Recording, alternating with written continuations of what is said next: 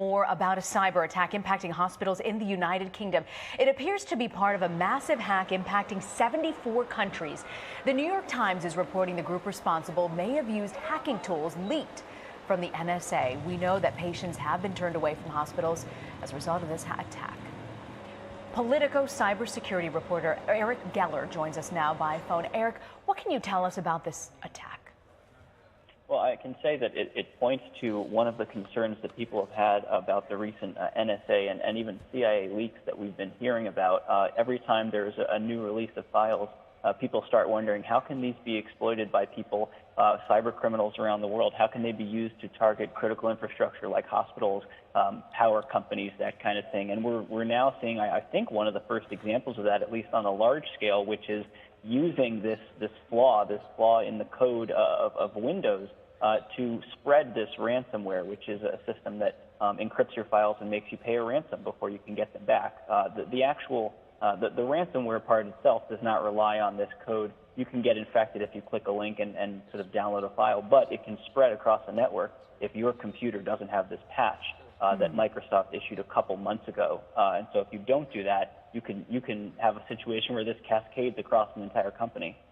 Eric, what else do we know about the malware that was used in this attack? Is there any way that people, if you're hearing this, can protect themselves? I think that the only thing you can do as an individual is make sure that if you're using Windows and Windows 7, Windows 8, Windows 10, whatever it is, make sure it's updated, because if you were to click a link and get this ransomware in your computer and it's not patched, that lets this spread across your home network, your business, whatever it is. So I should say that fixing that patch, that doesn't prevent you from getting the ransomware yourself. It just makes sure that if you get it, it can't spread across your network. As far as the ransomware, just don't click any suspicious links. Don't download any attachments you don't recognize. And who else do we know has been hit besides the UK hospitals? It's spread across Europe. In Spain, they had one of their cybersecurity agencies issue kind of a report explaining how to prevent it from spreading and where they're seeing it. A number of telecom companies in Spain were affected. We've also heard that FedEx has been affected, at least in the UK and possibly in the US, but it's unclear if it has reached to the US and how far it's gotten. And do we know who's behind it or where the investigation stands?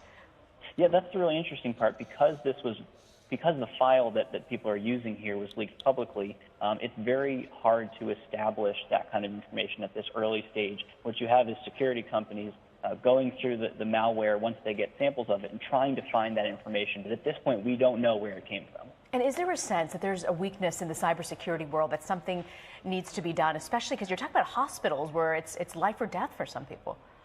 Absolutely. We're already hearing some hospitals had to start turning away patients with certain conditions because I guess the information needed to bring up diagnostic data or their cases, that they couldn't bring that information up because those systems were down. And so, yeah, this can really have effect on people's lives. Eric Geller, thank you. Thank you.